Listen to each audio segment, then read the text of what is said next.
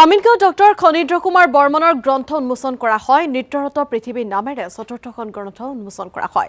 কামৰূপ জিলাৰ পৰিবহণ বিষয়া ডক্টৰ খনীন্দ্ৰ কুমাৰ বৰ্মন। কামৰূপ জিলা পৰিবহণ কাৰ্যালয়ত এই অনুষ্ঠান আয়োজন কৰা হয়। গ্ৰন্থখন উন্মোচন কৰে পৰিবহণ বিষয়া মনোজ কুমাৰ চৌধুৰীয়ে। গ্ৰন্থখনক পাঠক সমাজে আদৰি ল'ব বুলি আশাবাদী।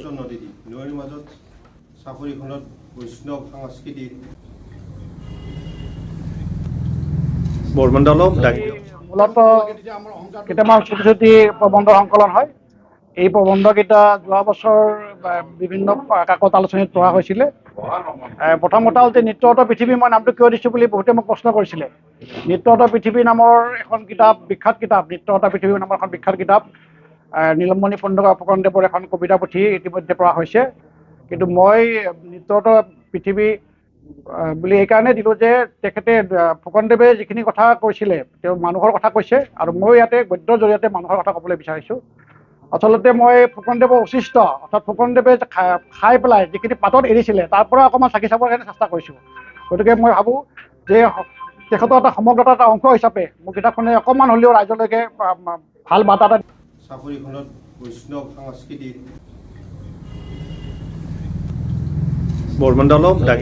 মূলত কেইটামান ছুটি ছুটি প্ৰবন্ধ সংকলন হয়।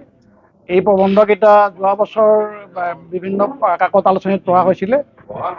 প্ৰথম কথা হ'ল যে নৃত্যৰত পৃথিৱী মই নামটো কিয় দিছোঁ বুলি বহুতে মোক প্ৰশ্ন কৰিছিলে। নৃত্যৰত পৃথিৱী নামৰ এখন কিতাপ, বিখ্যাত কিতাপ, নৃত্যৰত পৃথিৱী নামৰ এখন বিখ্যাত কিতাপ, নীলমণি ফুকনদেৱৰ এখন কবিতা পুথি ইতিমধ্যে পঢ়া হৈছে। কিন্তু মই নৃত্যৰত পৃথিৱী বুলি এইকাৰণে দিলোঁ যে তেখেতে ফুকনদেৱে যিখিনি কথা কৈছিলে তেওঁ মানুহৰ কথা কৈছে, আৰু মই ইয়াতে গদ্যৰ জৰিয়তে মানুহৰ কথা ক'বলৈ বিচাৰিছোঁ।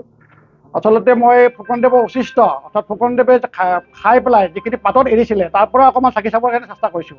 গতিকে মই ভাবোঁ যে তেখেতৰ এটা সমগ্ৰতাৰ এটা অংশ হিচাপে মোৰ কিতাপখনে অকণমান হ'লেও ৰাইজলৈকে ভাল বাৰ্তা এটা দিব, এইখিনি মোৰ আশা।